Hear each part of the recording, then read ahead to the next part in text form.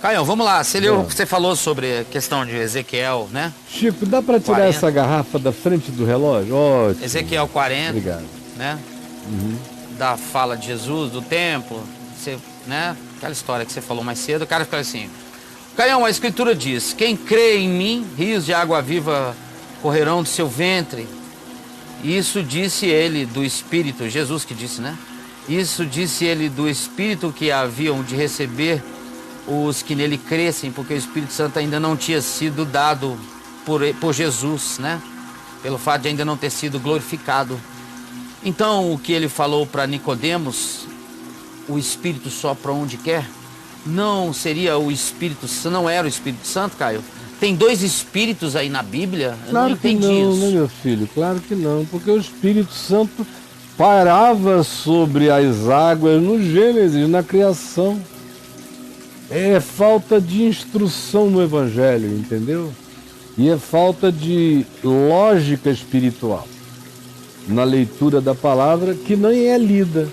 Primeiro não leem a palavra e depois só ouvem pregadores que não dizem coisa com coisa.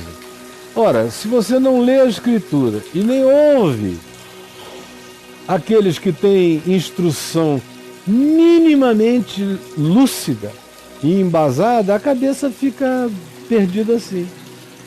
Fica toda viajante desse jeito. E aí você cai toda vez que abre a Bíblia, lê um tópico, compara com outro tópico, porque não faz uma leitura de carreirinha, entendendo o espírito da Escritura. Jesus nunca pretendeu que a gente lesse a Escritura juntando um pedaço aqui, outro pedaço ali. Ele pretendia e pretendeu e pretende que a gente, quando leia a Escritura, entenda o espírito dele. Ele disse: as minhas palavras são espírito e são vida.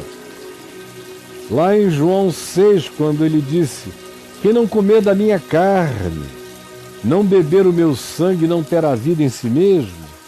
E os circunstantes, a multidão e até discípulos ficaram escandalizados com ele.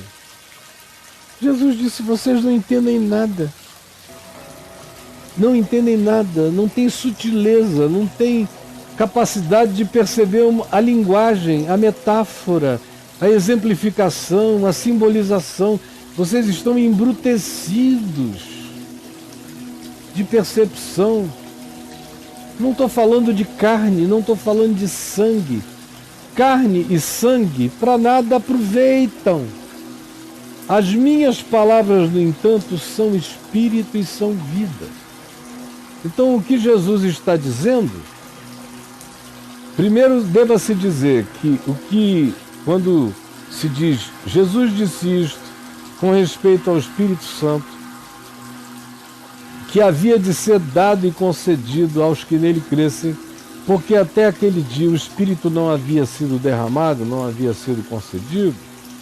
É João quem está falando aquilo, fazendo uma alusão clara, direta, específica ao que aconteceu no dia de Pentecostes, quando houve aquele derramamento, que era uma promessa de Jesus, depois foi crescendo até o dia da sua morte, quando ele disse: eu não vos deixarei órfãos, eu voltarei para vós outros. Está lá em João, capítulos 14, 16 e 17. Especialmente 14 e 16. Eu não vos deixarei órfãos, não fique turbado o vosso coração, não se entristeçam. Eu voltarei para vós outros, vocês não vão viver nenhuma orfandade. Meu Espírito habitará em vós, ele está convosco, ele habita convosco e estará em vós. Ele habita convosco e estará em vós. Ele habita convosco e estará em vós. Já está respondido aí. Ele habita convosco e estará em vós. O Espírito Santo nunca não habitou conosco. Nunca. Antes de haver criatura humana na terra, nunca houve qualquer vida sem o Espírito Santo. O Espírito é vida. Conforme a gente leu aqui em Ezequiel 37 hoje, no Vale de Ossos Secos, Aquilo ali aconteceu 600 anos antes do Pentecoste. E o texto é: vem, ó Espírito Santo, levanta esses ossos secos, porque nunca houve vida sem o Espírito de Deus. Que coisa difícil de entender. Sabe por que o bloqueio ficou assim tão intenso na cabeça de vocês? Por causa desses livrinhos de Araque que vocês leem por aí, desses teologuitos de coisa nenhuma, que ficam ensinando bobagens para vocês. Qualquer um que leia a Escritura sem ser pré-condicionado por doutrinações estranhas, estanques, por sistematizações que são só montagens, quebra-cabeça montados pro homem para arrebentar a cabeça e o entendimento das pessoas. Qualquer um que não tenha sofrido esse tipo de influência, lê e entende com simplicidade, como meu pai, que nunca tinha lido nada, mas quando pegou a Bíblia pela primeira vez e minha mãe disse: comece a ler de Mateus e não de Gênesis, ele leu, se converteu em João 19, já estava convertido, leu várias vezes o Novo Testamento. Quando foi para o Velho, era sopa no mel, já estava tudo entendido. E aqui, por exemplo, não só o Gênesis começa dizendo que o Espírito de Deus, o Espírito Santo, o Espírito de Deus é o Espírito Santo. Quando se fala o Espírito no Velho Testamento com E maiúsculo, é o Espírito Santo. É que a coisa é tão ruim que parece que tem o Espírito de Deus, o Espírito Santo. Parece que se alguém me chamar só de Caio, não sou eu. Ou se alguém disser: ô pastor Fábio, também não sou eu. Caião. Ô Caião, também não sou eu. Que só sou eu quando alguém diz Caio Fábio. É esse nível de reducionismo ao qual vocês chegaram. E também, como disse Jesus, o meu povo perece por não conhecer nem as Escrituras, nem o poder de Deus. Você lê em qualquer lugar da Escritura. Agora mesmo eu caí ali em Jó. Está cheio de Espírito Santo em Jó. Mas para não sair falando que a minha cabeça está aqui borbulhando de uma quantidade enorme de textos, tanto no Velho quanto no Novo Testamento, deixa eu ler só o Salmo 104, versículo 30, que diz assim: envias o teu Espírito, com E maiúsculo, o teu Espírito Santo, o Espírito de Deus. Ele está falando da criação. Não está falando de uma reunião onde houve o derramamento do Espírito. Não, está falando da criação. Está falando do ecossistema, está falando de meio ambiente. Salmo 104. Envias o teu Espírito e eles, as criaturas, vegetais e animais e todas as coisas vivas, envias o teu Espírito e eles são criados.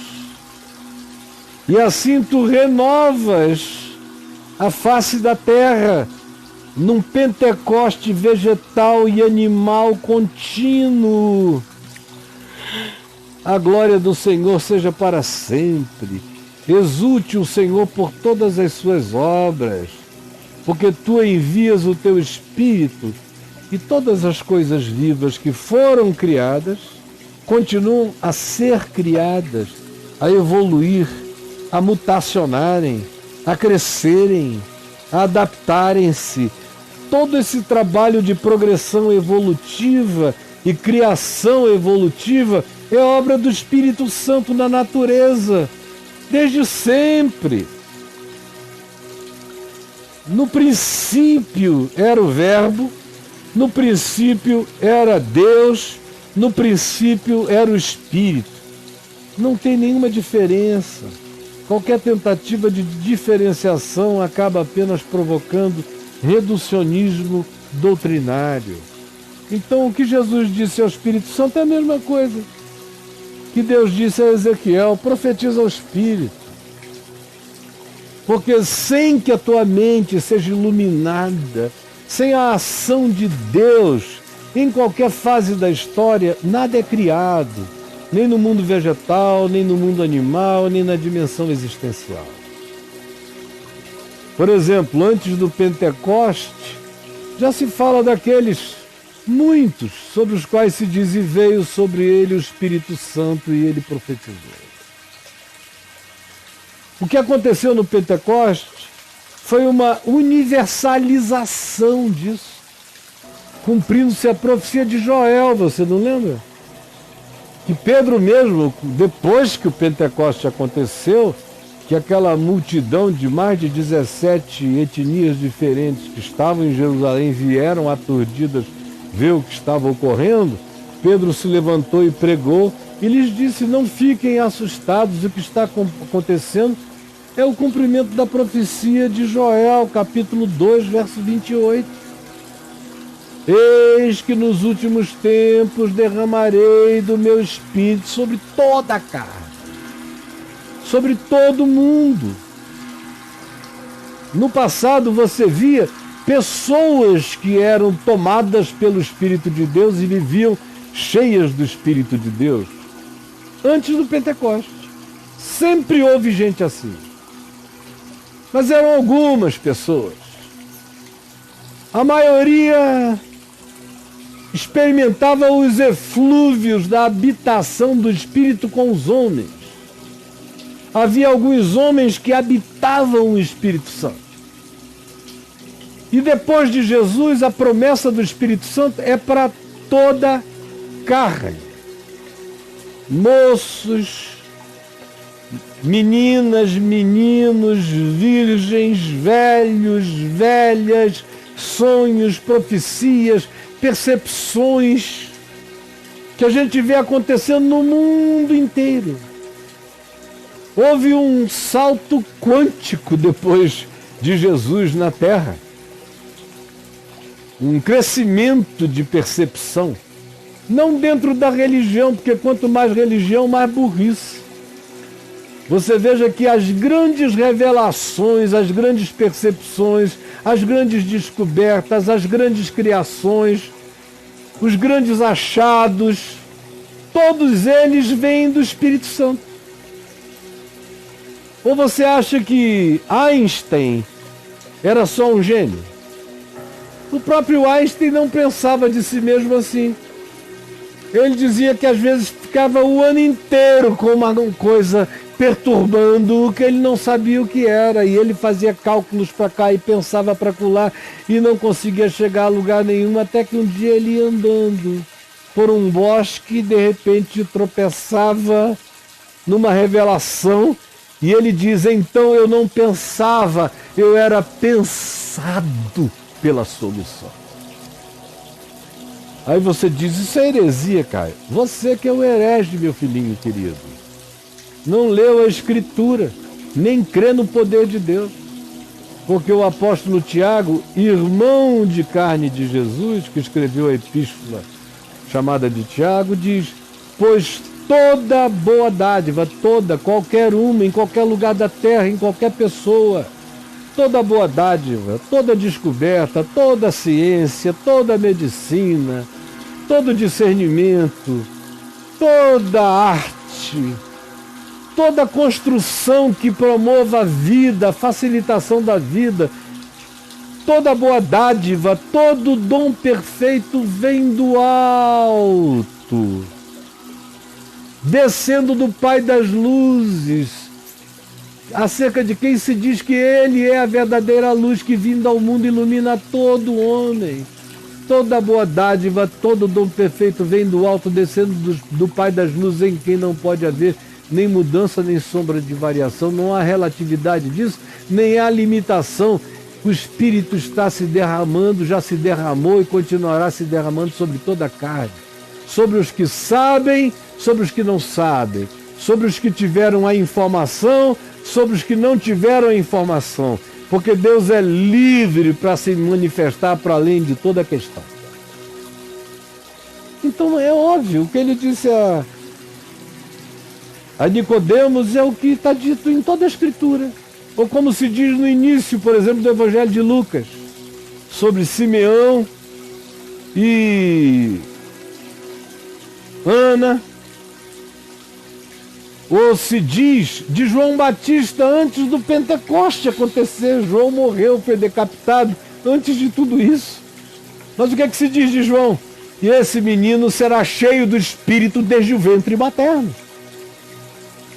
O que é que se diz de Simeão? Que o Espírito Santo revelou a ele que ele estava diante da salvação do mundo. A mesma coisa de Ana, que era uma mulher piedosa, consolada pelo Espírito Santo, e o Espírito Santo deu a ela essa certeza de que Jesus era quem Jesus era. Então, por favor, parem com o reducionismo, entendam a diferença e leiam o meu livro. Se vocês lessem o meu livro, O Espírito Santo, Deus que vive em nós, se lessem, tudo isso está explicado nos detalhes. Para quem não quiser mais ter dúvidas sobre essas bobagens, leia o meu livro. Mostra aí, Gabriel, que o Braulio está fazendo sinal aqui que mostrou Já esse foi, negócio. ó. Está aí, ó. Espírito Santo, Deus que vive em nós. Está aí, vá lá na loja do portal caifab.net, pegue e leia para você nunca mais ter dúvidas a esse respeito. Tudo isso está ensinado lá, tá bom?